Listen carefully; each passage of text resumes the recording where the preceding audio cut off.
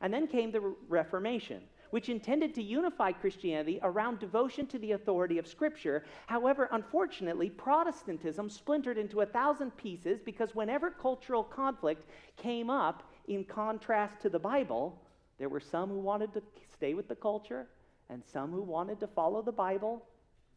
And so they simply resigned themselves to keep splitting up. In the olden days, these splits were over issues like slavery. In the Civil War, you had the Baptists and the Methodists and all these churches splitting, the North in one church, the South in another church.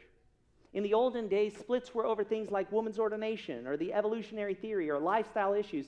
Today, the disintegration continues as Protestant churches like the United Methodist Church, just in 2019, 2020, decided to divide over the issue of same-sex marriage. Ultimately, this complete surrender to cultural conflict has resulted in hundreds of Christian denominations that we have today. Where are the Presbyterians? You can't find one Presbyterian. You've got Presbyterian USA and Presbyterian East Africa and Presbyterian Scotland. They don't have a unified Presbyterianism because cultural differences have torn them apart. They have the Baptist Conference of Canada or the Southern Baptist Convention or the Brotherhood of Baptists in Ukraine, but they don't have a unified Baptist church because cultural differences have kept them at bay.